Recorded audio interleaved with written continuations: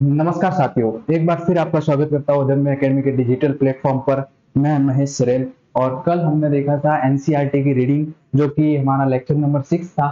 आज हम लेक्चर 7 में मॉर्फोलॉजी ऑफ फ्लावरिंग प्लांट्स को शुरू करेंगे, जिसमें रूट, स्टेम और लीव्स की स्पेशली बात होगी। अब हमने एक चैप्टर कंप्लीट कर दिया है जिसका नाम था प्लांट किंगडम, और उसकी एनसीईआरटी भी हो चुकी थी। अब हम शुरू करने वाले हैं मॉर्फोलॉजी ऑफ फ्लावरिंग प्लांट्स, जिसमें द रूट, स्टेम और लीव्स, उसके बारे में हम लोग क्या करेंगे, स्टडी करेंगे। तो आप जो है वो रूट, स्टेम और लीव्स के बारे में ध्यान से देखना और ध्यान से एक एक चीज को समझना। आप मेरे साथ में एक रफ नोटबुक या फिर फेयर नोटबुक लेके बैठेंगे, और मैं यहाँ जो नोट्स बना रहा हूँ वो साथ साथ में आप अपने कॉपी में बनाएंगे। ठीक है, तो शुरू करते हैं। देखिए, आज हमारे चैप्टर का नाम है मॉर्फोलॉजी ऑफ फ्लावरिंग प्लांट। तो सबसे पहले तो जैसे ही चैप्टर शुरू होता है, एक सेकंड रुकना, हाँ लाइट सही है। हाँ, सबसे पहले तो देखिए, जैसे ही चैप्टर शुरू हो जाएगा मॉर्फोलॉजी ऑफ फ्लावरिंग प्लांट्स, तो उस चैप्टर का मतलब क्या है वो समझिए। कोई भी चैप्टर जब शुरू करने जाते हैं तो सबसे पहले तो उसका मीन समझिए कि वो कहना क्या चाहता है। तो सबसे इंपॉर्टेंट चीज क्या है, देखो, मॉर्फोलॉजी जो शब्द है ना, इस शब्द का मतलब होता है एक्सटर्नल फीचर। इस शब्द का मतलब क्या होता है? मॉर्फोलॉजी का बेसिकली मतलब होता है एक्सटर्नल फीचर। क्या मतलब होता है? अरे यार, हाँ, मॉर्फोलॉजी का मतलब होता है एक्सटर्नल फीचर। क्या होता है? External feature. अब देखिए, एक्सटर्नल फीचर किसके? एक्सटर्नल फीचर तो हो गए, लेकिन किसके? तो एक्सटर्नल फीचर फ्लावरिंग प्लांट्स के। और फ्लावरिंग प्लांट्स को हम क्या कहते हैं? एंजियो स्पर्म कहते हैं। ये मैंने आपको प्रीवियस लेक्चर में बहुत ही अच्छे से बताया था कि फ्लावरिंग प्लांट को हम लोग क्या कहते हैं? एंजियोस्पर्म कहते हैं। तो हम एक्सटर्नल फीचर ऑफ एंजियोस्पर्म पढ़ेंगे। बेसिकली यहां तक आपको समझ में आ गया। एक्सटर्नल फीचर का मतलब होता है कि किसी का कलर कैसा है, किसी का शेप कैसा है, किसी चीज की साइज क्या है, किसी चीज का बाहर से देखने पर अपीयरेंस कैसा है, वो सारी चीजें किसके अंदर आती हैं? वो सारी की सारी चीजें आपको एक्सटर्नल फीचर्स के अंदर देखने को मिल जाती हैं। तो यहां तक आपको क्लियर हो गया आई थिंक।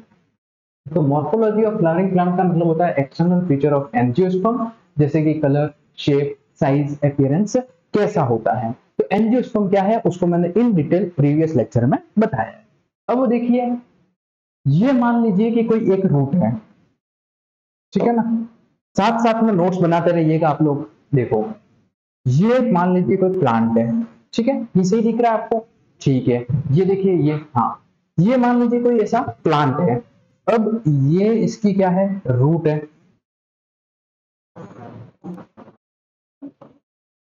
ये इसकी क्या है? रूट है। अब यहां पर ये इसकी ब्रांच निकल गई, फिर यहां पर ये इसकी लीव्स आ गई। ये ब्रांच निकल गई, ये इसकी लीव्स आ गई। ये ब्रांच निकल गई, ये इसकी लीव्स आ गई। और ये यहां पर इसका क्या है? फ्लावर देखने को मिल गया। तो समझो ध्यान से। समझना क्या है, देखो, ये वाला जो पोर्शन है ना, ये, इसको हम लोग कहते हैं फ्लावर। इसको हम लोग क्या कहते हैं? फ्लावर। ठीक है सर। ये चीज जो है इसको हम लोग कहते हैं लीफ। क्या कहते हैं? लीफ। ठीक है सर। ये जो पोर्शन है ना, ये वाला, इसको हम लोग कहते हैं ब्रांच। ठीक है सर। और ये जो मेन एक्सिस है ना, इसको हम लोग कहते हैं स्टेम। क्या कहते हैं? स्टेम। ठीक है सर। तो क्या है? फ्लावर, लीफ, ब्रांच और स्टेम, चार चीजें। ठीक है। नीचे वाला पोर्शन क्या है? ये होती है रूट्स। इनको हम लोग क्या कहते हैं? रूट्स। क्या कहते हैं? रूट्स। तो ये ऊपर वाला, और ये क्या है? आपका ग्राउंड है। ये जो मैंने लाइन खींची है ना, ये लाइन क्या है? आपके ग्राउंड है। ये लाइन होती है ग्राउंड। तो अब देखो, जो ग्राउंड के ऊपर वाला पोर्शन है, ग्राउंड के ऊपर वाला पोर्शन, उसको हम लोग कहते हैं द शूट सिस्टम। क्या कहते हैं? The shoot system. ठीक है। और जो ग्राउंड के नीचे वाला पोर्शन है, उसको हम लोग क्या कहते हैं? उसको हम लोग कहते हैं द रूट सिस्टम। क्या कहेंगे? The root system. तो देखिए, ये ग्राउंड है, ग्राउंड के ऊपर वाला पोर्शन शूट सिस्टम होगा और ग्राउंड के नीचे वाला पोर्शन रूट सिस्टम होगा। शूट सिस्टम के अंदर फ्लावर, लीव, ब्रांच और स्टेम देखने को मिलेगी और रूट सिस्टम के अंदर रूट्स देखने को मिलेगी। यहां तक अगर आपको क्लियर है तो हम लोग अब आगे चलते हैं और आगे चलने के बाद में और भी इसके बारे में डिस्कस करते हैं। आप एक बार इसका जो है स्क्रीनशॉट ले लीजिएगा, जिससे क्या होगा आपको क्लियर हो जाएगा। ठीक है, मैं साइड में रख रहा हूं, अब इसका स्क्रीनशॉट ले लीजिए।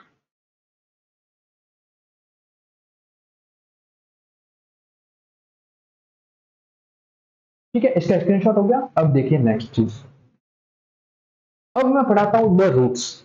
रूट्स के बारे में स्टडी करेंगे सबसे पहले। ठीक है, तो रूट्स क्या होता है देखिए।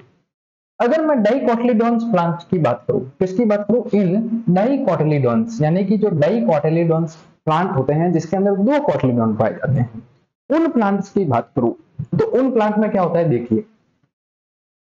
पहला पॉइंट कि the root are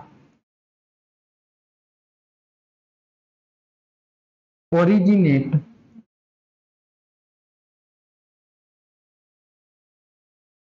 from radical. Root कहां से ओरिजिनेट होती है, रेडिकल से ओरिजिनेट होती है। कहां से ओरिजिनेट होती है, रेडिकल से ओरिजिनेट होती है। मींस आर से रूट और आर से रेडिकल, ये कंसेप्ट आप याद रखना। आर से रूट और आर से रेडिकल, ये कंसेप्ट आप याद रखना। तो जो रूट होती है वो रेडिकल से ओरिजिनेट होती है। कहां से ओरिजिनेट होती है, रेडिकल से ओरिजिनेट होती है, पहला पॉइंट। दूसरा पॉइंट क्या है, दूसरा पॉइंट ये है कि सबसे पहले क्या होता है, प्राइमरी रूट बनती है। क्या बनती है, प्राइमरी रूट बनती है सबसे पहले। फिर उस प्राइमरी रूट की और भी कुछ ब्रांचेस हो जाती हैं और फिर वो सेकेंडरी रूट बनाती है। ठीक है, और जब सेकेंडरी रूट भी पूरी तरीके से बन जाती है तो उसकी कुछ ब्रांच निकलती हैं और फिर टर्शियरी रूट बनाती है। क्या बनाती है, टर्शियरी रूट बनाती है। ठीक है, प्राइमरी रूट, फिर सेकेंडरी रूट और फिर टर्शियरी रूट। मींस ये देखिए, ये अपना ग्राउंड है, इस ग्राउंड के नीचे ये जो रूट है ये प्राइमरी रूट है। अब इसकी एक ब्रांच निकली और इधर भी निकली, ये सेकेंडरी रूट है। इस ब्रांच की फर्दर और ब्रांच निकली, ये टर्शियरी रूट है। मींस ये जो मेन एक्सिस है ये क्या है, प्राइमरी रूट। प्राइमरी रूट को ऐसे 1 डिग्री भी लिख सकते हैं। फिर ये क्या है, ये इसकी ब्रांच निकली, ये सेकेंडरी रूट है। और ये तीसरी क्या है, टर्शियरी रूट है। ठीक है, तो ये बात आप समझ गए होंगे। ऐसा आपको कहां देखने को मिलता है, ये तो मैंने आपको समझाने के लिए बताया है। आपको तो ये 2 पॉइंट याद रखने हैं। मैंने तो बताया कि प्राइमरी रूट, सेकेंडरी रूट और टर्शियरी रूट एक्चुअल में कैसी होती है, लेकिन आप देखिए, चलो ठीक है कोई बात नहीं। तो ऐसा आपको कहां देखने को मिलेगा, एक बार इसका स्क्रीनशॉट ले लो। आप क्या कहें, स्क्रीनशॉट लेना बहुत जरूरी है। तो जो बच्चे देखो साथ में लिख रहे हैं उनके तो कोई दिक्कत है नहीं, साथ साथ में लिखते रहो। जो साथ में नहीं लिख रहे हैं, जो केवल समझने पर ध्यान दे रहे हैं, तो वो क्या कीजिए कि मैं साइड में जब रखता हूं तो स्क्रीनशॉट ले लो, फिर क्लास के बाद में नोट्स बना देना। ठीक है, तो लीजिए इसका स्क्रीनशॉट लीजिए।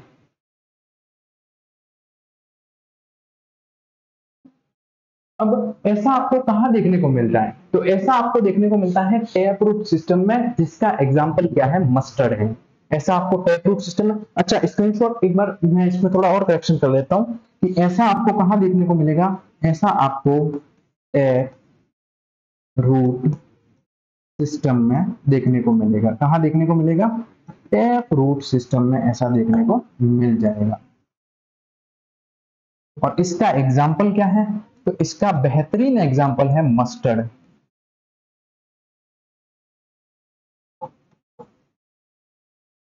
क्लियर है, बहुत बढ़िया। अब लीजिए आप स्क्रीनशॉट, ये वापस इसका स्क्रीनशॉट ले लो।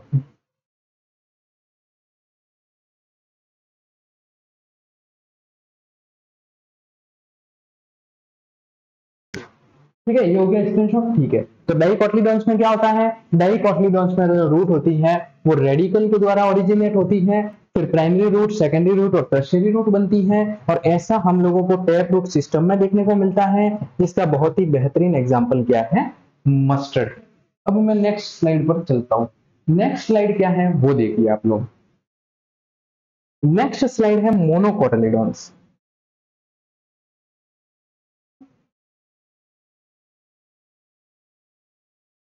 डाइकोटिलीडॉन्स। अब मोनोकोटिलीडॉन्स की बात करते हैं। मोनोकोटिलीडॉन्स में क्या होता है, जिसमें एक कोटिलीडॉन होगा उसको हम लोग मोनोकोटिलीडॉन कहेंगे। मोनोकोटिलीडॉन में जो रूट होती हैं वो कहां से, रूट जो स्टेम का बेस होता है, स्टेम बेस, जो स्टेम का बेस होता है वहां से जो है ओरिजिनेट होती है। क्या ओरिजिनेट होती है, रूट ओरिजिनेट होती है। ठीक है भाई, देखो डाइकोटिलीडॉन में रूट कहां से ओरिजिनेट हो रही है, रेडिकल से, लेकिन मोनोकोटिलीडॉन में रूट कहां से ओरिजिनेट हो रही है, स्टेम के बेस से। ध्यान रखना, बहुत इंपॉर्टेंट है। ठीक है, रूट यहां से ओरिजिनेट होती है। इसमें क्या होता है कि जो प्राइमरी रूट होती है ना, ये वाली प्राइमरी रूट बहुत ही शॉर्ट लिव्ड होती है। क्या होती है, बहुत ही शॉर्ट लिव्ड होती है, और ये जल्दी से क्या हो जाती है, रिप्लेस हो जाती है। क्या हो जाती है, रिप्लेस हो जाती है। किससे रिप्लेस हो जाती है, तो replaced by large number of roots. बहुत सारे लार्ज नंबर ऑफ रूट से ये क्या हो जाती है, रिप्लेस हो जाती है। इधर देखो, इधर उधर मत देखो, इधर देखो, प्राइमरी रूट शॉर्ट लिव होती है और रिप्लेस हो जाती है लार्ज नंबर ऑफ रूट से।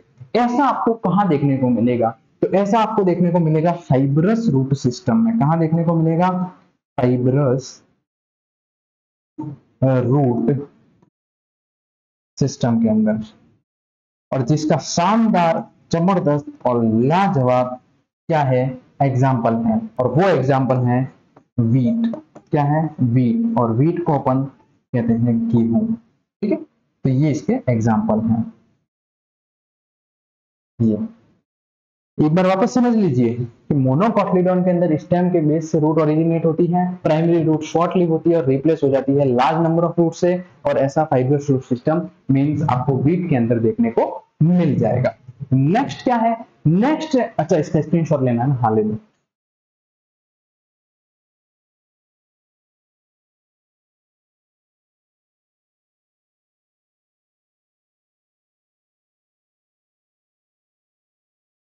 अब देखिए नेक्स्ट पॉइंट, इसका स्क्रीनशॉट हो गया, ठीक है।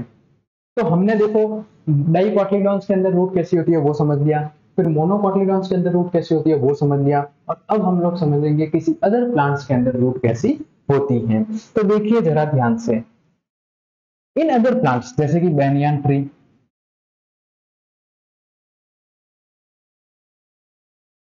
जैसे कि मॉन्स्टेरा और ग्रास, उसमें क्या होता है, बनियान ट्री, मॉन्स्टेरा, ग्रास, ऐसे कुछ other, sorry, banyan tree, monstera और ग्रास, ऐसे कुछ अदर प्लांट्स होते हैं, उनके अंदर रूट क्या होती है। देखिए पहला ऑप्शन तो है कि रूट या तो कहां से ओरिजिनेट होगी, रेडिकल से ओरिजिनेट होगी, बहुत बढ़िया। दूसरा ऑप्शन क्या है, रूट कहां से ओरिजिनेट होगी, स्टेम के बेस से ओरिजिनेट होगी, बहुत बढ़िया। लेकिन तीसरा ऑप्शन ये है कि रूट ना तो रेडिकल से ओरिजिनेट हो रही है और ना ही स्टेम के बेस से ओरिजिनेट हो रही है, बल्कि other than other parts of plant, means इन दोनों को छोड़कर, रेडिकल और स्टेम बेस दोनों को छोड़कर किसी अदर पार्ट से क्या हो रही है, ओरिजिनेट हो रही है रूट। ऐसे अदर प्लांट्स होते हैं बनियान ट्री, मॉन्स्टेरा और ग्रास। मीन्स कहने का मतलब यह है कि बनियान ट्री, मॉन्स्टेरा और ग्रास के अंदर जो रूट होगी वो किसी अदर पार्ट से ओरिजिनेट होगी, रेडिकल से नहीं होगी। तो अगर मैं आपको शॉर्टकट बताऊं एकदम शानदार, एक मिनट, उससे पहले एक और चीज बता देता हूं कि ये ऐसा आपको कहां देखने को मिलेगा, तो ऐसा आपको देखने को मिलेगा एडवेंटिशियस रूट के अंदर, एडवेंटिशियस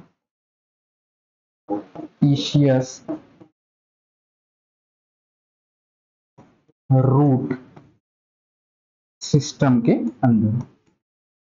ठीक है, बहुत बढ़िया। ऐसा आपको कहां देखने को मिलेगा, एडवेंटिशियस रूट सिस्टम के अंदर देखने को मिल जाएगा। यहां तक आपको क्लियर है, ठीक है। अब मैं आपको एक शानदार शॉर्टकट बताता हूं, देखो क्या शॉर्टकट है, ध्यान से समझना। जो मैंने आपको पिछले 3 पेज पढ़ाए, डाइकोटिलीडॉन, मोनोकोटिलीडॉन और अदर प्लांट्स, इनका एक शॉर्टकट बताता हूं। शॉर्टकट क्या है, देखिए सबसे पहले क्या था, डी से डाइकोटिलीडॉन, एम से मोनोकोटिलीडॉन और ओ से अदर प्लांट। डी से डाइकोटिलीडोन, एम से मोनोकोटिलीडोन और ओ से अदर प्लांट। यहां तक क्लियर है? ठीक है। डाइकोटिलीडोन में जो रूट होती है वो रेडिकल से ओरिजिनेट होती है। कहां से ओरिजिनेट होती है? रेडिकल से ओरिजिनेट होती है। बहुत बढ़िया। मोनोकोटिलीडोन्स में जो रूट होती है वो स्टेम बेस से ओरिजिनेट होती है। कहां से ओरिजिनेट होती है? स्टेम बेस से ओरिजिनेट होती है। बहुत बढ़िया। और जो अदर प्लांट्स हैं उसके अंदर जो रूट होती हैं वो अदर प्लांट्स में अदर पार्ट से ओरिजिनेट होती है। लो ये भी हो गया यार, अदर प्लांट्स में अदर पार्ट से ओरिजिनेट होगी। बस इतना ही तो याद रखना है। ठीक है। अब ऐसा आपको कहां देखने को मिलता है? तो ऐसा आपको TRS में देखने को मिलेगा। TRS का मतलब होता है टैप रूट सिस्टम। क्या होता है? Tap root system. और ये आपको कहां देखने को मिलेगा? ये आपको FTS में देखने को मिलेगा, means fibrous root system, FRS sorry. ठीक है, ये आपको कहां देखने को मिलेगा? FRS के अंदर देखने को मिलेगा, मींस फाइब्रस रूट सिस्टम के अंदर आपको देखने को मिलेगा। और ये कहां देखने को मिलेगा? ये आपको ARS के अंदर देखने को मिलेगा। ARS means adventitious root system. ठीक है। इसका एग्जाम्पल है आपके अंदर मस्टर्ड। इसका क्या एग्जाम्पल है? इसका एग्जाम्पल है मस्टर्ड। और इसका क्या एग्जाम्पल है? तो इसका एग्जाम्पल है व्हीट। और इसका क्या एग्जाम्पल है? तो इसका example not mention in NCERT, not mention in NCERT। इसका एग्जाम्पल आपको NCERT में नहीं दिया गया है, तो याद करने की भी आवश्यकता नहीं है। ये देखिए, एक ही स्लाइड में पूरा खत्म कर दिया। ठीक है, तो ये स्लाइड आप शॉर्ट नोट्स के रूप में याद कर सकते हैं। इसका भी स्क्रीनशॉट ले लीजिए, फिर अपन आगे की ओर बढ़ते हैं।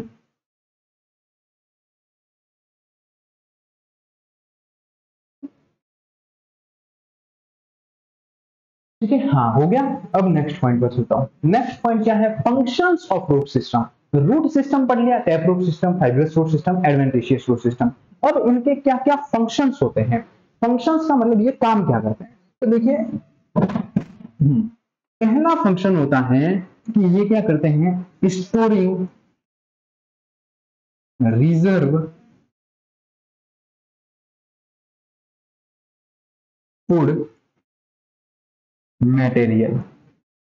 मतलब मतलब ये कि जो फूड मटेरियल होता है, रिजर्व फूड मटेरियल, उसको ये लोग क्या करते हैं? स्टोर करते हैं। कौन? रूट। ठीक है। दूसरा फंक्शन क्या है? Provide provide stability to plant parts. ये जो प्लांट के पार्ट्स होते हैं उनको स्टेबिलिटी प्रोवाइड करवाता है। क्या करवाता है? स्टेबिलिटी प्रोवाइड करवाता है। तीसरा फंक्शन क्या है? तीसरा फंक्शन है synthesis growth, synthesis plant growth regulators. समझ गए? ठीक है। तीसरा फंक्शन है कि जो प्लांट ग्रोथ रेगुलेटर्स होते हैं उनको भी ये क्या करता है? सिंथेसिस करता है। तो पहला फंक्शन क्या है? कि रिजर्व फूड मटेरियल को स्टोर करेगा। दूसरा फंक्शन क्या है? प्लांट के पार्ट्स को स्टेबिलिटी प्रोवाइड करेगा। और तीसरा फंक्शन क्या है? प्लांट ग्रोथ रेगुलेटर्स को सिंथेसिस करेगा। और उसके बाद में चौथा और लास्ट इसका फंक्शन ये होता है कि ये एब्जॉर्प्शन करता है, absorption of water and minerals from soil। ठीक है। मतलब आपके सामने चार फंक्शन लिखे हुए रूट सिस्टम के। पहला फंक्शन ये है कि ये क्या करता है? रिजर्व फूड मटेरियल को स्टोर करता है।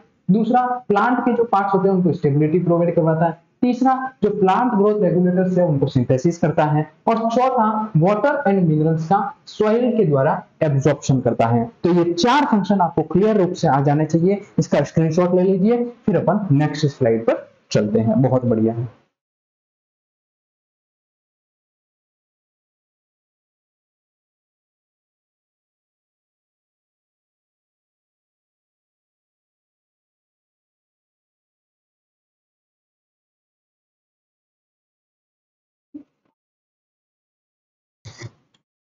ये हो गया, ठीक है। अब मैं नेक्स्ट स्लाइड पर चलता हूँ। नेक्स्ट स्लाइड क्या है कि रीजंस ऑफ द रूट। अब रूट किस किस रीजंस में फैली हुई है वो देखेंगे। उससे पहले मैं भी पानी पी लेता हूँ, आप भी पानी पी लीजिए, गर्मी बहुत है, हाइड्रेटेड रहना बहुत जरूरी है, नहीं तो क्या है आलस आ जाएगा।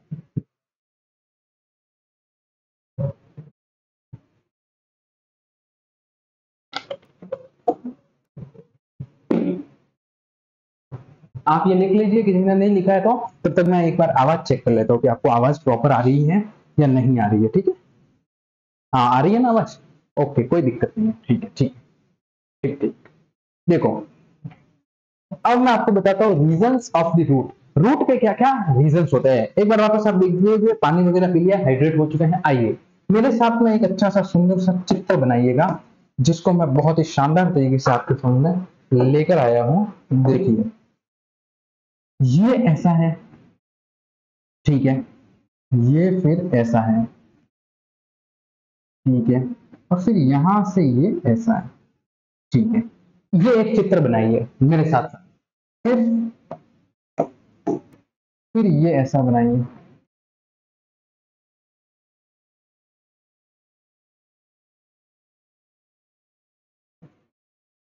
ये ठीक है, ये बना लिया, ठीक है, ये बना लिया। बस ये वाला चित्र बनाना है और कुछ नहीं करना है आपको।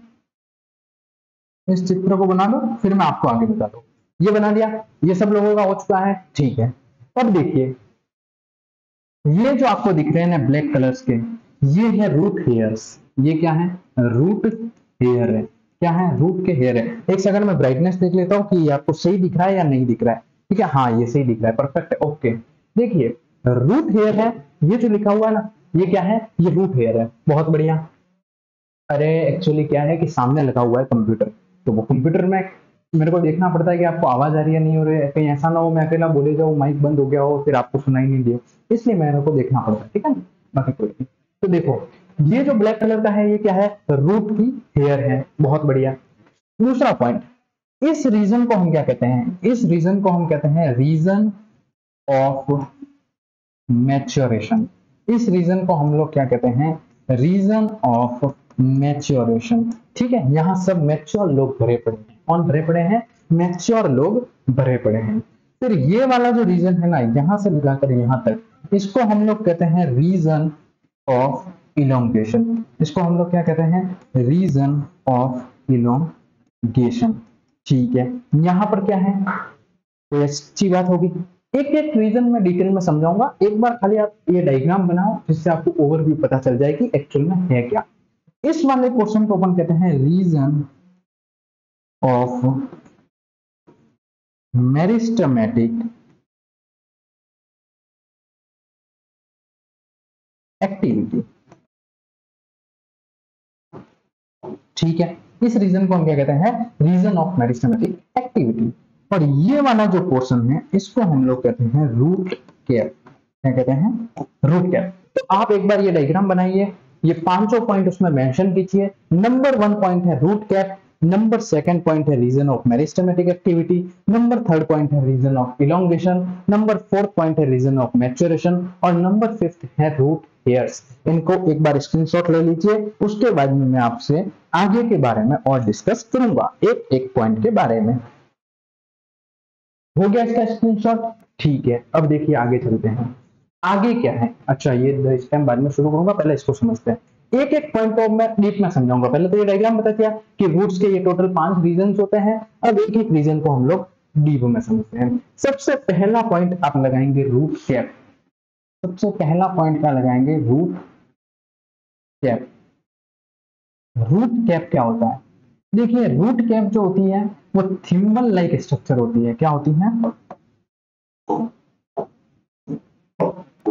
रूट कैप जो होती है वो थिम्बल लाइक स्ट्रक्चर होती है। ठीक है, थिम्बल लाइक स्ट्रक्चर होती है, यहां तक आपको कोई दिक्कत नहीं होनी चाहिए। The root cap are the thimble like structures, बहुत बढ़िया।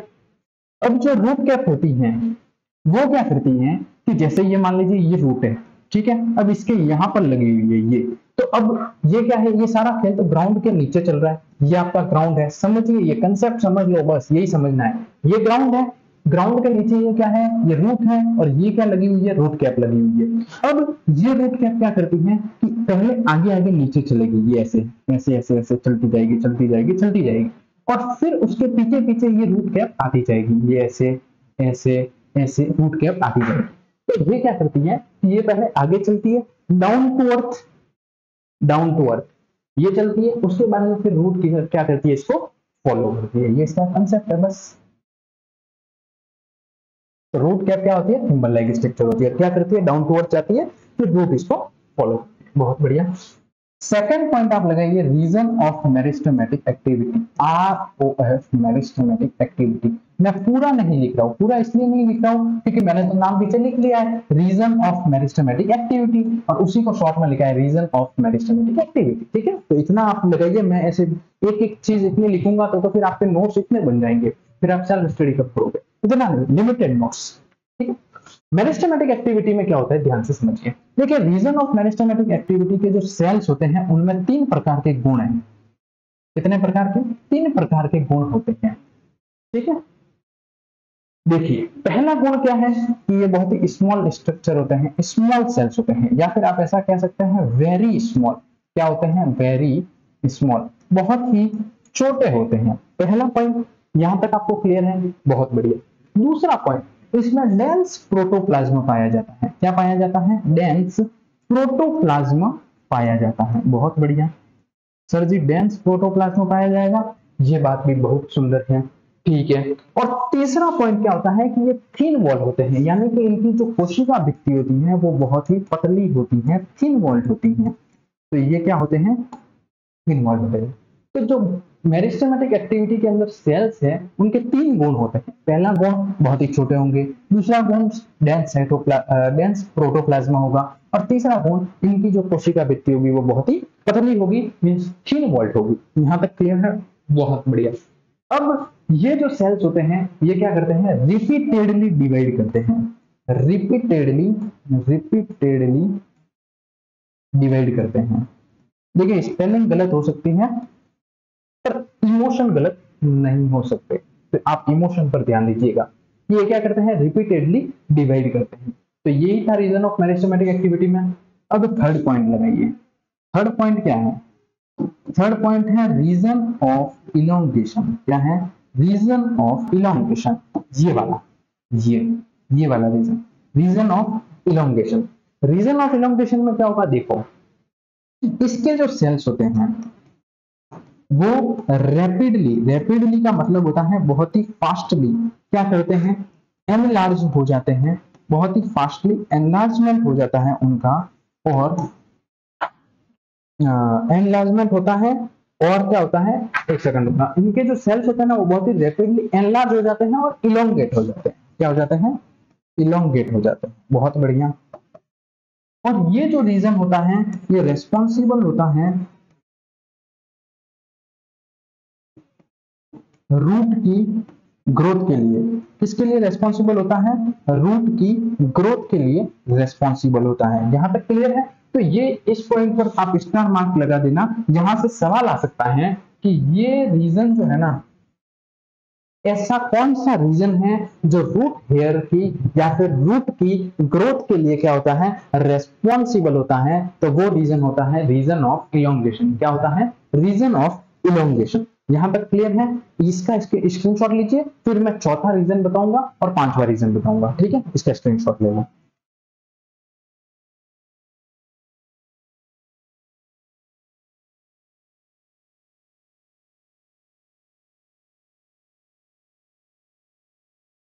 क्लियर हो गया। अब मैं नेक्स्ट बताता हूं। ठीक है, फोर्थ पॉइंट है रीजन ऑफ मैच्योरेशन, रोम।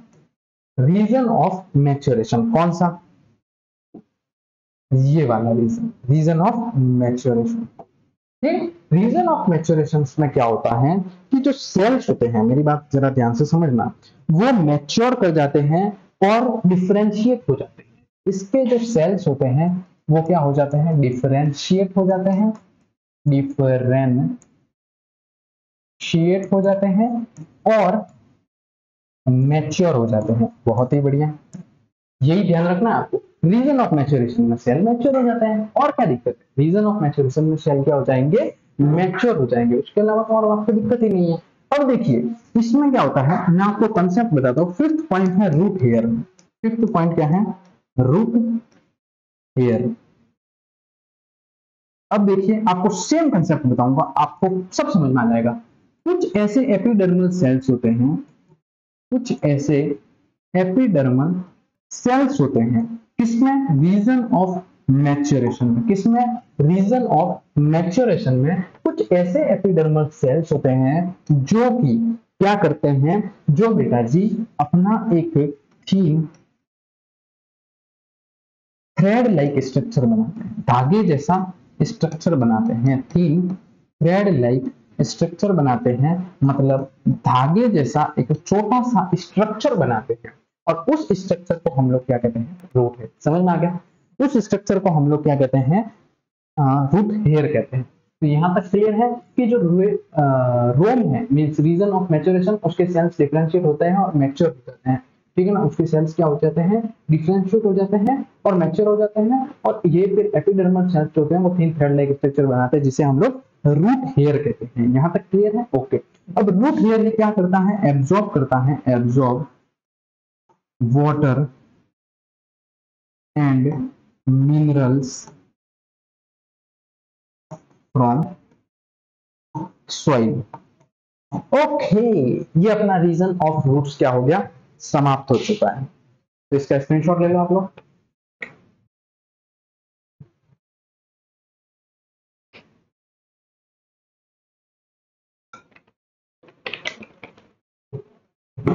हाँ, तो हम लोगों ने ये रीजंस पढ़ लिए।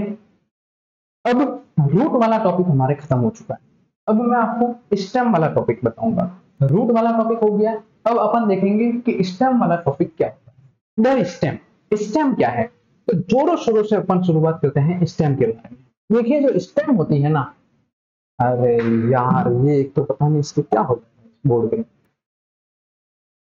इसको मैं एक बार, हाँ देखिए जो स्टेम होती है ना, तो मैं, ये क्या होती है, ये ओरिजिनेट होती है, ओरिजिनेट फ्रॉम प्लूमियम, ठीक है। देखिए रूट कहां से ओरिजिनेट हो रही थी, रेडिकल से, बहुत बढ़िया। और जो स्टेम है वो कहां से ओरिजिनेट हो रही है, प्लूम्यूल से। तो ये दोनों पॉइंट आपको याद रखने हैं, ठीक है। स्टार पॉइंट करके नोट लगा देना साइड में कहीं ऊपर नोटबुक के ऊपर, कि रूट कहां से, रेडिकल से, स्टेम कहां से, प्लूम्यूल से ओरिजिनेट होगी। तो ये ओरिजिनेट होती है प्लूम्यूल से। दूसरा पॉइंट, ये क्या होती है, असेंडिंग स्ट्रेट एपेक्स होती है। मीन्स मीन्स ये मान लीजिए कोई प्लांट है, इसके बीच में सेंटर में एकदम सबसे सेट तो सेट एकदम जो हाइट पर होती है उसको हम लोग स्टेम कहते हैं, ठीक है। फिर तीसरा पॉइंट ये क्या बियर करती है, तो ये बियर करती है ब्रांचेस को, लीव्स को, फ्लावर्स को और फ्रूट्स को। किसको किसको बियर करती है, ब्रांचेस को, लीव्स को, फ्लावर्स को और फ्रूट्स को। यहां तक क्लियर हो गया, ठीक है। ये एक बार आप लिखिए, इसका स्क्रीनशॉट ले लीजिए, फिर आपको मैं आगे बताता हूं, ठीक है।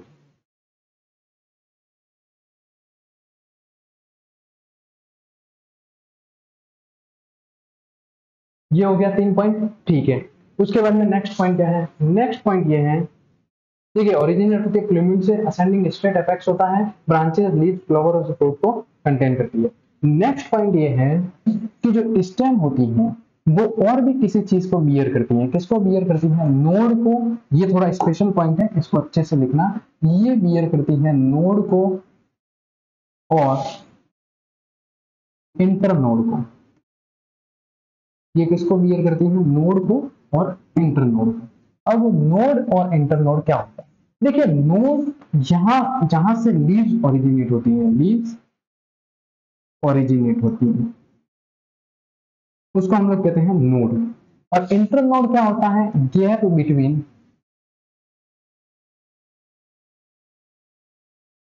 टू नोड्स, दो नोड्स के बीच का जो गैप होता है उसको हम लोग क्या कहते हैं? इंटर नोड कहते हैं। और नोड जहां से एंड हुए। अब और अच्छे से समझिए कि ये एक ऐसा स्ट्रक्चर है, तो यहां से लीव ओरिजिनेट हो रही है ये, तो इस पॉइंट को हम लोग क्या कहेंगे? नोड कहेंगे। और इस दो नोड के बीच का ये जो गैप है, इस गैप को हम लोग इंटर नोड कहेंगे। यहां तक क्लियर हो गया? और ये क्या है? लीव्स है, और ये क्या है? लीव्स है। ठीक है, ये समझ में आ गया? तो जहां से पत्तियां आएगी वो नोड है, और दो नोड के बीच का गैप इंटर नोड है। ठीक है सर, यहां तक हो गया। नेक्स्ट पॉइंट क्या है कि जो स्टेम होता है उसमें एक्सिलरी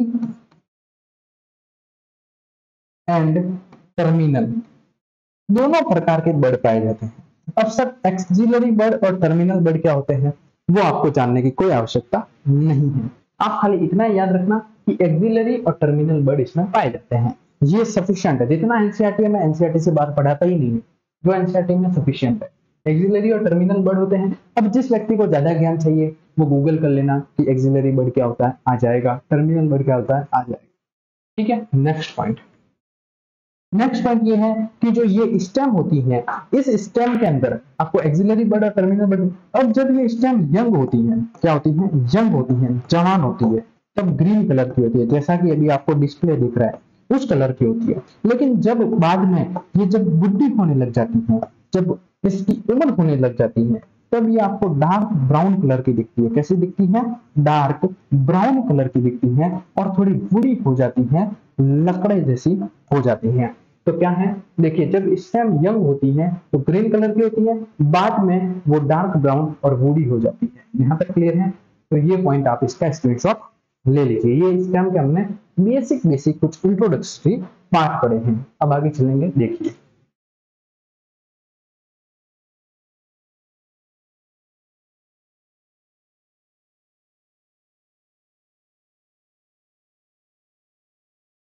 तो ये हो गया। अब इसके बाद में next point, functions of the stem. Root के फंक्शन पढ़े थे, उसी प्रकार से स्टेम के फंक्शंस पढ़ेंगे कि स्टेम के क्या क्या फंक्शंस होते हैं। तो फंक्शंस ऑफ द स्टेम में जो पहला फंक्शन होता है वो ये होता है, it conduct water, minerals and photosynthesis.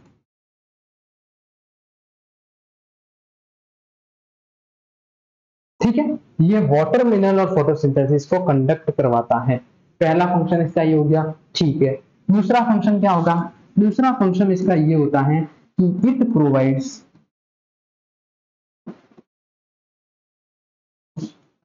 Protection, support,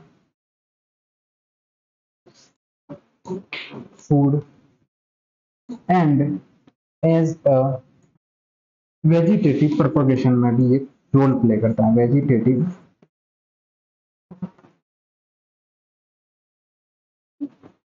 propagation में भी रोल प्ले करता है। और तीसरा point, spreading the branches, bears, leaves, flowers and fruits. ये पॉइंट लिखिए आप। पहला क्या है? वाटर, मिनरल और फोटोसिंथेसिस को कंडक्ट करेगा। दूसरा क्या है? प्रोटेक्शन, सपोर्ट, फूड और एज अ वेजिटेटिव प्रोपगेशन ये क्या करता है? हेल्प करता है। और तीसरा पॉइंट, स्प्रेड करता है ब्रांचेस को, जिसमें लीव्स, फ्लावर्स और फ्रूट्स देखने को मिल जाते हैं। इसका स्क्रीनशॉट लो, फिर आगे बढ़ते हैं।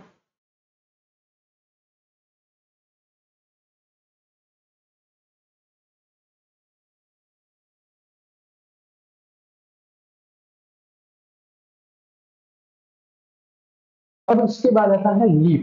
लीफ क्या होती है? The leaf. रूट के बारे में हो गया, स्टेम के बारे में हो गया, और अब आज के लेक्चर का हमारा लास्ट जो पोर्शन है वो शुरू हो गया है, जिसको हम लोग कहते हैं लीफ। देखिए, आप जोश मत हारिए, आपको देखना है, ध्यान से पढ़ना है। अगर आप एक एक घंटे की लेक्चर अटेंड नहीं कर पा रहे हो तो फिर कंपटीशन की तैयारी कैसे करोगे।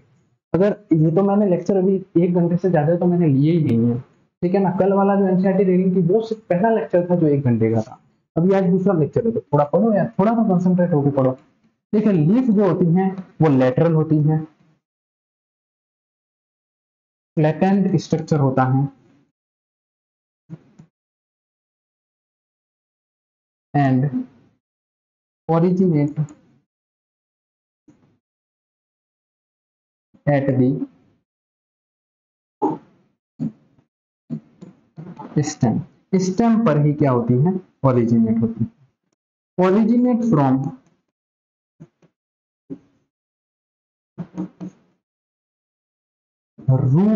Shoot apical meristem. ये कहां से ओरिजिनेट होती है, शूट एपिकल मेरिस्टेम से ओरिजिनेट होती है। लेटरल यानी कि साइड वाइज होती है, फ्लैट स्ट्रक्चर होता है और स्टेम पर ही देखने को मिलती है। ये जैसे स्टेम है, इस स्टेम की ये ब्रांच निकली, इस ब्रांच पर क्या आएगी, लीव्स आएगी, समझ गए। तो ये ब्रांच है, तो ब्रांच पर भी आ सकती हैं। फ्लैट स्ट्रक्चर है, ये कहां से, स्टेम पर ओरिजिनेट होती है, शूट एपिकल मेरिस्टेम पर ओरिजिनेट होती है, या फिर आप कह सकते हैं originate from the node. Node से भी ओरिजिनेट होती है, जो कि मैंने बताया था कि ये नोड है और ये भी नोड है, तो यहां पर पत्ती आएगी, यहां पर पत्ती आएगी और बीच में इंटर नोड है, समझ गए। इसका स्क्रीनशॉट लो।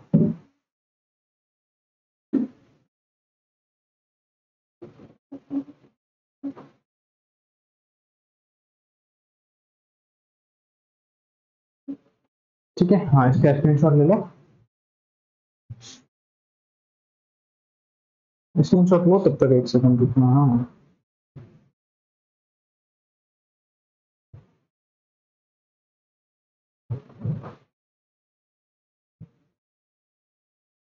हाँ, ये लेटरल फ्लैट स्ट्रक्चर है जो कि स्टेम से ओरिजिनेट होगा और शूट एपिकल मेरिस्टेम से ओरिजिनेट होगा और ये नोड से ओरिजिनेट हो सकती है। अब ये कैसे अरेंज होती हैं, तो जो लीव्स होती हैं वो arranged in A acropetal order. Acropetal order में अरेंज होती है, किसमें होती है, एक्रोपिटल ऑर्डर में अरेंज होती है। इसको आप स्टार मार्क कर देना और यहां से सवाल आ सकते हैं। एक्रोपिटल ऑर्डर का मतलब होता है कि जो नई पत्ती आएगी, न्यू लीव्स, वो टॉप पर होगी और जो ओल्ड लीव्स होगी यानी कि जो पुरानी पत्तियां होगी वो लोअर साइड पर देखने को मिल जाएगी। बस यही सिस्टम है कि जो नई पत्तियां हैं वो आपको टॉप पर देखने को मिलेगी और जो पुरानी पत्तियां हैं वो लोअर साइड पर देखने को मिलेगी। उस ऑर्डर को हम क्या कहते हैं, एक्रोपिटल ऑर्डर कहते हैं। और कोई भी लीव जो होती है वो एक्रोपिटल ऑर्डर के अंदर ही अरेंज होती है। तो इस प्रकार से आपको समझना है, ठीक है बेटा जी। और ये मोस्ट इंपोर्टेंट वेजिटेटिव ऑर्गन है फोटोसिंथेसिस करने के लिए, तो स्टार मार्क लगा दीजिए और स्टार मार्क करके लिखना कि मोस्ट इंपोर्टेंट, मोस्ट लिख रहा हूं भाई साहब, मोस्ट इंपोर्टेंट वेजिटेटिव ऑर्गन है, किसके लिए, और फोटोसिंथेसिस, फोटोसिंथेसिस के लिए, ठीक है। मोस्ट इंपोर्टेंट क्या है, वेजिटेटिव ऑर्गन है फोटोसिंथेसिस के लिए और ये एक्रोपिटल ऑर्डर में अरेंज होती है। इसका स्क्रीनशॉट लो, फिर मैं आपको आगे और बताता हूं, ठीक है।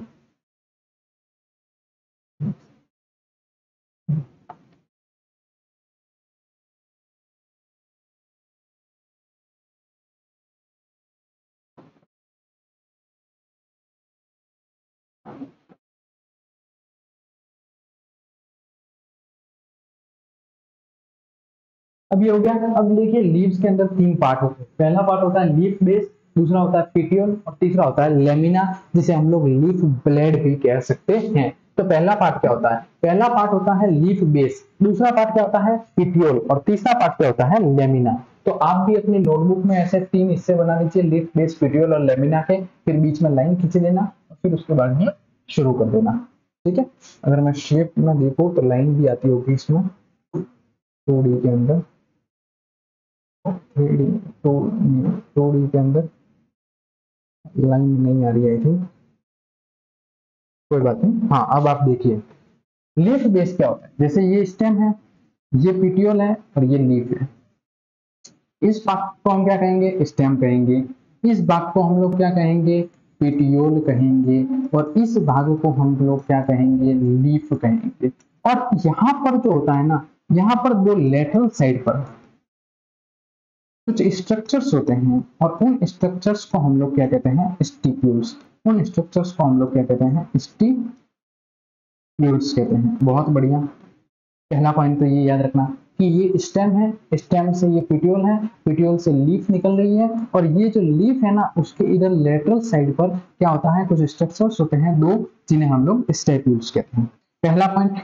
दूसरा पॉइंट क्या है कि अगर मैं मोनोकोटिलीडॉन्स की बात करूं, मोनोकोटिलीडॉन्स की बात करूं, तो मोनोकोटिलीडॉन्स के अंदर क्या होता है कि जो लीफ बेस होता है वो एक्सपांड हो जाता है। लीफ बेस एक्सपांड हो जाता है, यानी कि फैल जाता है। और एक्सपांड होने के बाद में एक शीट बनाता है। क्या बनाता है, एक शीट बनाता है। और ये शीट क्या करती है, कवरिंग करती है। किसकी कवरिंग करती है, स्टेम की कवरिंग करती है। और कैसे करती है, पार्शियली भी कवरिंग करती है और होली भी कवरिंग करती है। पार्शियली का मतलब थोड़ी थोड़ी कवरिंग करेगी और होली का मतलब पूरी कवरिंग करेगी। तो सारा कंसेप्ट समझ में आ गया। एक बार वापस से समझिए, लीफ बेस क्या होता है, ये स्टेम है, स्टेम से पिटियोल निकल रहा है और पिटियोल के पास में लीफ है। अब ये जो लीफ है, इसके यहाँ कॉर्नर पर लेटरल स्ट्रक्चर्स पाए जाएंगे। कितने, 2 स्ट्रक्चर्स पाए जाएंगे। और उन स्ट्रक्चर्स को हम लोग क्या कहते हैं, स्टिक्यूल्स कहते हैं। पहला पॉइंट। दूसरा पॉइंट, मोनोकोटिलीडॉन्स के अंदर क्या होता है कि जो लीफ बेस होती है वो एक्सपांड हो जाती है और एक शीट बनाती है। ये शीट स्टेम की क्या करती है, कवरिंग करती है। कैसे, पार्शियली और होली तरीके से। ये पॉइंट आपको क्लियर हो गया। उसके बाद में क्या होता है कि जो लेगुमिनस प्लांट होते हैं उसमें, अब और पॉइंट क्या है, लेगुमिनस प्लांट। ये जो लेगुमिनस प्लांट्स होते हैं, उन लेगुमिनस प्लांट्स के अंदर ध्यान से समझना, उन लेगुमिनस प्लांट्स के अंदर क्या होता है कि जो लीफ बेस होती है ना, वो स्वेलो हो जाती है, स्वेलन यानी फूल जाती है। और उस स्ट्रक्चर को हम कहते हैं पलवाइनस। उस स्ट्रक्चर्स को हम लोग क्या कहते हैं, पलवाइनस कहते हैं। उस स्ट्रक्चर्स को हम लोग क्या कहेंगे, पलवाइनस कहेंगे।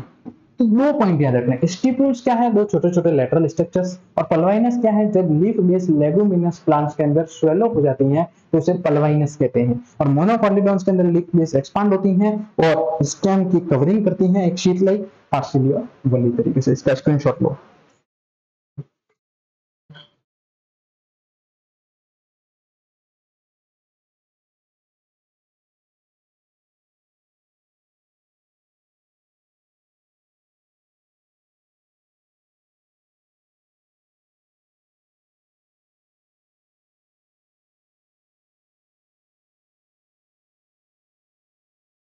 अब थर्ड पॉइंट क्या है, ये सारा हो गया ना।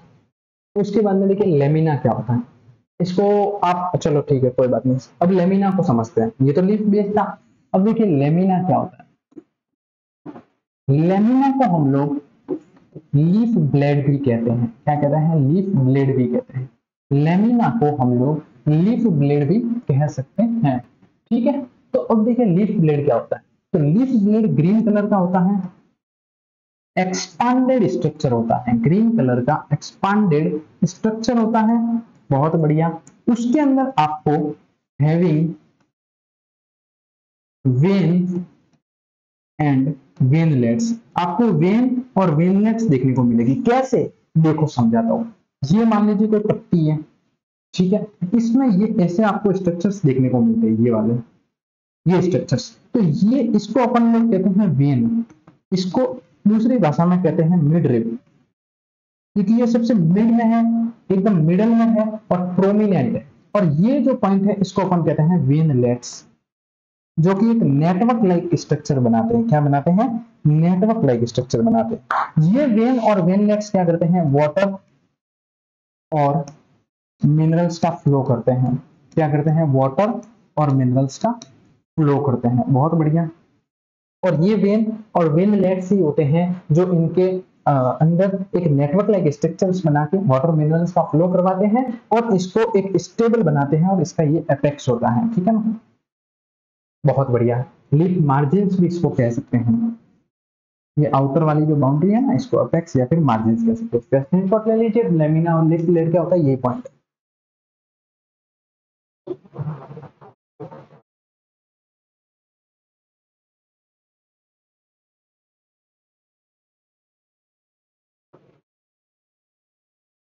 अब आता है तीसरा पॉइंट। तीसरा पॉइंट क्या है? तीसरा पॉइंट है पीटियोल। पीटियोल क्या होता है, तो ध्यान से समझना। पीटियोल का मतलब है कि ये देखिए, ये है स्टेम, ये पीटियोल और ये लीफ। ध्यान से समझिए। तो इस पोर्शन को हम लोग क्या कहते हैं, पीटियोल कहते हैं। ये पीटियोल वाला स्ट्रक्चर कैसा होता है, सिलेंडर होता है या फिर आप कह सकते हैं थीन होता है।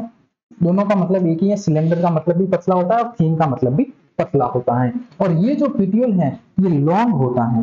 बहुत बढ़िया। ये क्या करता है, फ्लटर द लेमिना, या फिर आप कह सकते हैं फ्लटर द लीफ। लीफ को लहराता है, लहराना, इसको हम लोग कहते हैं फ्लटर करना। तो ये लीफ को लहराता है। और दूसरा पॉइंट, ये लीफ की क्या करता है, कूलिंग करता है। कूलिंग द सरफेस, जो लीफ का सरफेस होता है उसकी क्या करता है, कूलिंग करता है। तो पेटियोल के ये मुख्य काम है। सिलेंडर और थिन लाइक होता है, लंबा होता है, लीफ को फ्लटर करवाता है और उसकी सरफेस को कूलिंग करता है। ये आपको समझ में आ गया? ठीक है। देखो अभी तक जो है ना, हमने रूट पढ़ा, स्टेम पढ़ा, लीफ पढ़ा, उनके एक एक पॉइंट्स को हमने डिस्क्राइब किया। अब मैं आपको कुछ दो पॉइंट्स ऐसे हैं जो बताऊंगा, उसके बाद में नेक्स्ट चीज पर चलेंगे। तो पहले आप इसका स्क्रीनशॉट लो, फिर अपन नेक्स्ट पॉइंट पर चलेंगे।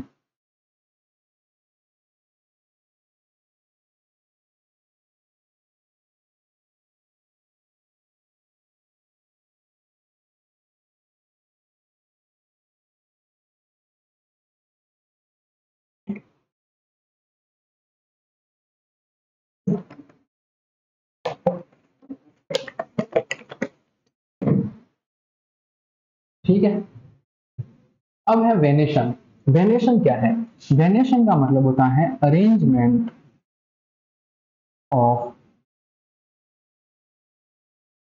लीफ, नहीं, वेन्स एंड वेनलेट्स, उसको हम लोग क्या कहते हैं, वेनेशन कहते हैं। वेनेशन का मतलब होता है arrangement of veins and veinlets. Veins और वेनलेट्स के अरेंजमेंट को हम क्या कहते हैं, वेनेशन कहते हैं। और ये कहाँ देखने को मिलता है, तो ये जैसे कि लीफ है, इस लीफ में ये चीज है तो इसको तो वेन कहेंगे, और ये क्या है, वेनलेट्स है, जो कि प्रीवियस स्लाइड में बताया, वापस रिवीजन करवा देते। देखिए जो वेन्स होती है ना, वो क्या करती हैं, पैरेलल चलती हैं, run parallel to each other. इसको हम लोग कहते हैं पैरेलल वेनेशन। क्या कहते हैं, पैरेलल वेनेशन कहते हैं। ऐसा आपको मोनोकोटिलीडॉन के अंदर देखने को मिलेगा, मोनोकोटिलीडॉन्स के अंदर देखने को मिल जाएगा। बहुत बढ़िया। और जो वेवलेट्स होती हैं वो क्या करती हैं, फॉर्म ए नेटवर्क, एक नेटवर्क बनाती हैं। क्या बनाती हैं, नेटवर्क बनाती हैं। फॉर्म ए नेटवर्क, नेटवर्क बनाती हैं, जिसको हम लोग कहते हैं रेटिकुलेट। क्या कहते हैं, रेटिकुलेट वेनेशन कहते हैं। और ये रेटिकुलेट वेनेशन आपको बहुत ही बढ़िया डाइकोटिलीडॉन्स के अंदर देखने को मिलता है, डाइकोटिलीडॉन्स के अंदर देखने को मिल जाएगा। समझो, ध्यान से समझो क्या, कि अगर वेन्स पैरेलल चल रही है, ध्यान से समझो, तो वो पैरेलल वेनेशन होगा। और अगर वेनलेट्स क्या कर रही है, नेटवर्क बना रही है, तो वो रेटिकुलेट वेनेशन होगा। तो रेटिकुलेट वेनेशन डाइकोटिलीडॉन्स में देखने को मिलता है, और जो पैरेलल वेनेशन है वो मोनोकोटिलीडॉन्स के अंदर देखने को मिलता है। इतना सा कंसेप्ट है। पैरेलल चलेगी तो पैरेलल वेनेशन, और नेटवर्क बनाएगी तो रेटिकुलेट वेनेशन। रेटिकुलेट डाइकोटिलीडॉन्स में देखने को मिलेगा और पैरेलल मोनोकोटिलीडॉन्स में देखने को मिलेगा। खत्म। इसका स्क्रीनशॉट लो, फिर अपन आगे चलते हैं।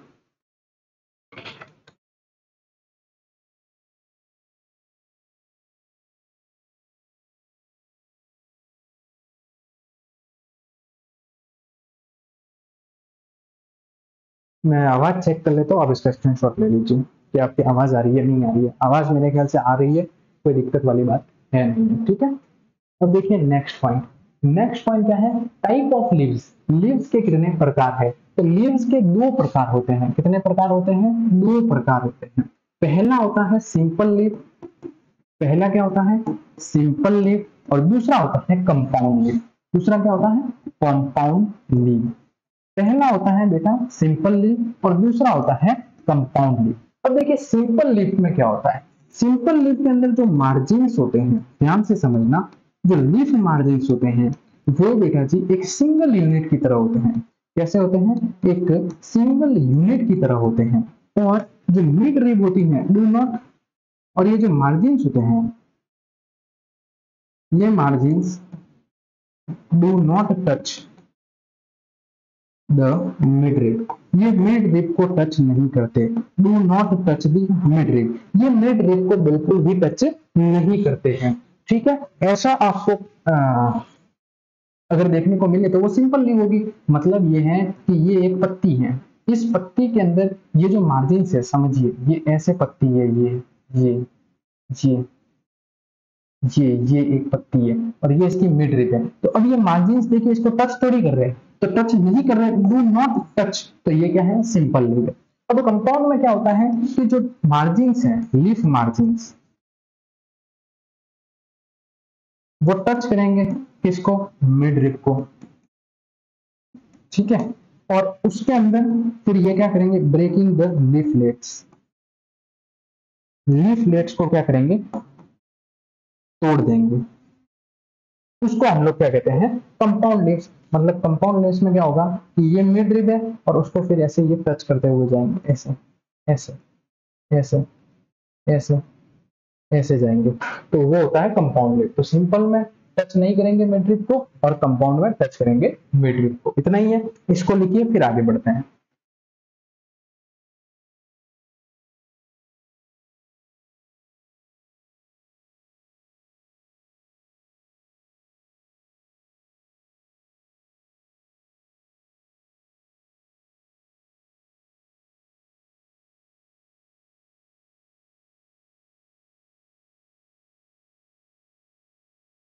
ध्यान से समझना। क्या ध्यान से समझोगे?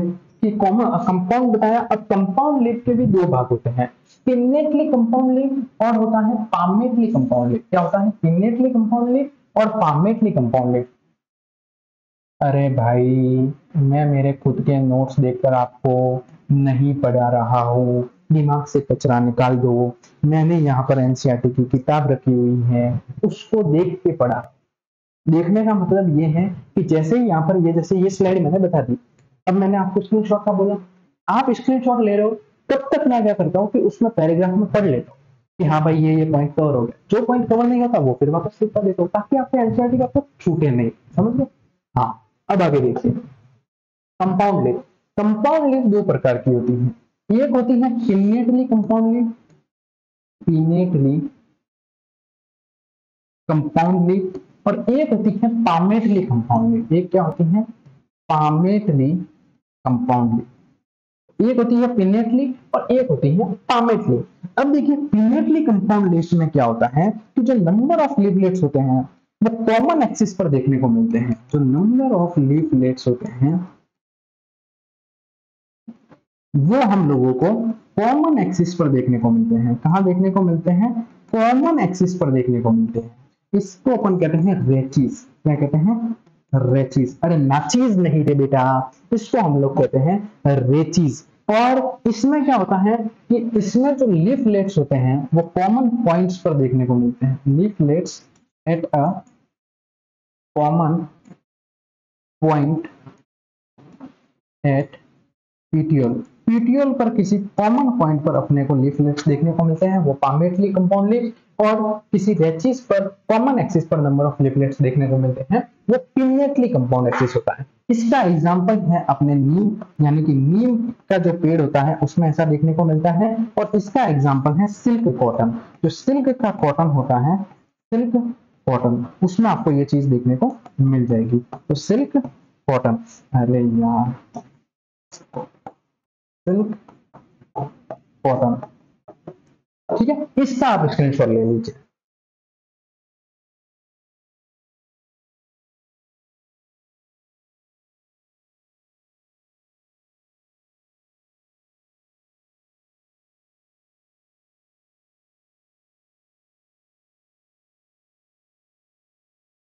ठीक है, अब देखिए, अब क्या है, अब है फाइलोटैक्सी। फाइलोटैक्सी का मतलब क्या होता है? फाइलोटैक्सी का मतलब होता है अरेंजमेंट ऑफ, अरे घबराइए मत, चिंता मत कीजिए, ये अपना आखिरी टॉपिक है, इसके बाद में क्लास खत्म हो रही है, आप अपना जोश ना हारे, आपको ये ध्यान से सुनना है, समझना और साथ साथ में पढ़ना ही पड़ेगा। पढ़ो पढ़ो पढ़ो। आपका ये लास्ट टॉपिक है, मुझे भी पता है आप थक चुके होंगे, अब मैं छोड़ ही रहा हूँ, बस ये लास्ट टॉपिक है, इसको एक बार ध्यान से समझ लीजिए। ठीक है, फोकस करिए। Arrangement of leaves on stem and branches, उसको हम लोग क्या कहते हैं? फाइलोटैक्सी कहते हैं। फाइलोटैक्सी में एक होता है अल्टरनेट। अब सर जी अल्टरनेट क्या होता है? अल्टरनेट का मतलब ये है कि ये मान लीजिए कोई स्टेम है, अब यहाँ पर एक लीव आई, फिर दूसरी लीव यहाँ पर आई, यहाँ पर कोई लीव आई, फिर तीसरी लीव यहाँ पर आई, फिर चौथी लीव यहाँ पर आई, इसको हम लोग कहते हैं अल्टरनेट। मतलब जो लीव्स होती हैं वो नोड से जनरेट होगी, बहुत बढ़िया, लेकिन अल्टरनेट तरीके से जनरेट होगी। ऐसा आपको रोज के अंदर, मस्टर्ड के अंदर और सनफ्लावर के अंदर देखने को मिल जाएगा। रोज के अंदर, मस्टर्ड के अंदर और सनफ्लावर के अंदर देखने को मिल जाएगा। क्या? ये जैसे स्टेम है, अब इस स्टेम के ऊपर ध्यान से समझिएगा कि ये अल्टरनेट मैनर्स में लीव आ रही है, नोड्स पर आ रही है लेकिन अल्टरनेट मैनर्स के अंदर आ रही है, तो उसको हम लोग क्या कहते हैं? अल्टरनेट लीव्स कहते हैं। अब देखिए, एक होता है अपोजिट और एक होता है वर्ल। एक होता है अपोजिट और एक होता है वर्ल। क्या होता है? वर्ल। अब अपोजिट में क्या है कि ये स्टेम है, यहां पर भी लीव आ गई और इसके जस्ट अपोजिट में लीव आ गई, यहां पर भी लीव आ गई, इसके जस्ट अपोजिट में लीव आ गई, उसको हम लोग कहते हैं अपोजिट वाला। तो ये समझ में आ गया कि इसमें तो क्या है, इसमें देखिए अल्टरनेट हो रही है रोज, मस्टर्ड और सनफ्लावर के अंदर, और इसमें क्या है, अपोजिट में आ रही है। देखिए, तो ये आपको गुआवा और कैलोट्रॉपिस में देखने को मिल जाएगी। ठीक है, एक्सेट्रा, ये आपको गुआवा और कैलोट्रॉपिस के अंदर देखने को मिल जाती हैं। इसके अलावा आप देखिए कि वर्ल्ड में क्या होता है, more than two leaves, more than two leaves जब किसी नोड पर आ जाए, एट अ नोड, ठीक है ना, कि ये है स्टेम, अब ये नोड है, यहाँ पर 1 2 3 ऐसे एकदम ऐसे लीव्स आ गए, ठीक है ना, ये तो इसको हम लोग क्या कहेंगे? वर्ल्ड कहेंगे। और ऐसा आपको एल्स्टोनिया में देखने को मिल जाएगा, एल्स्टोनिया के अंदर आपको देखने को मिल जाएगा। ये इसका एग्जाम्पल है, ये इसके एग्जाम्पल है और ये इसके एग्जाम्पल है। तो जिसमें अपोजिट में अल्टरनेट आ रही है तो रोज, मस्टर्ड और सनफ्लावर, इसमें क्या है अपोजिट में आ रही है तो गुआवा और कैलोट्रॉपिस, और इसमें क्या है मोर देन टू, एक ही पॉइंट पर आ रही है तो एल्स्टोनिया।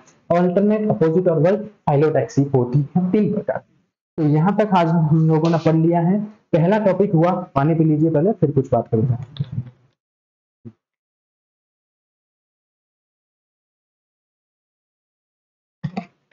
पहला टॉपिक रूट हो गया, दूसरा स्टेम हो गया और तीसरा लीव्स हो गया। वेनेशन और फाइलोटैक्सी के बारे में बता दिया। अब आपको जाते जाते फाइनली थैंक यू कह देता हूं। आपने आए 1 घंटे से भी ज्यादा का लेक्चर अटेंड किया, कंसिस्टेंसी रखी, मेरे पर ट्रस्ट किया, खुद पर ट्रस्ट किया और यहाँ पर आप बैठे। बैठने के बाद में आपने मेरे साथ साथ नोट्स बनाए और जिन स्टूडेंट्स ने नोट्स नहीं बनाए उन्होंने साथ साथ में स्क्रीनशॉट लिया और अपनी पढ़ाई को जारी रखा। उसके लिए मैं आपसे बहुत बहुत धन्यवाद कहता हूँ। दूसरा पॉइंट, एक अच्छा कोट लेके आया हूं कि if you can dream it you can do it. मतलब आप अगर सपना देखते हैं तो आप उस सपने को पूरा भी कर सकते हैं। बस उस सपने को पूरा करने के लिए लगातार मेहनत करने की जरूरत है, कंसिस्टेंसी रखने की जरूरत है और पेशेंस रखने की बहुत ज्यादा जरूरत होती है। तो if you can dream it you can do it. Okay, thank you so much, आपने ये लेक्चर अटेंड किया। कल नेक्स्ट लेक्चर में हम फ्लावर और फ्रूट्स और सीड्स के बारे में पढ़ेंगे। आज के लिए इतना काफी है। वो और देखिए, जो मैं भले आपको कहीं से भी पढ़ाऊं, आपको कंटेंट से मतलब है, कंटेंट पूरा मिल रहा है। एनसीईआरटी से पढ़ा रहा हूं और मैं बकायदा एनसीईआरटी को वापस क्रॉस चेक भी कर रहा हूं तुरंत आपके साथ में। जो बार बार स्क्रीनशॉट आप लेते हैं तब मैं इधर जाके वापस एनसीईआरटी देखता हूँ कि भाई हाँ ये टॉपिक हो गया, ताकि आपके कुछ मिस ना हो, ठीक है। तो उस चीज को लेकर भी चल रहे हैं। तो बहुत बहुत धन्यवाद, आप लोगों ने मेरा साथ दिया। आगे भी आते रहिएगा क्लासेस में। बहुत बहुत धन्यवाद। Okay bye.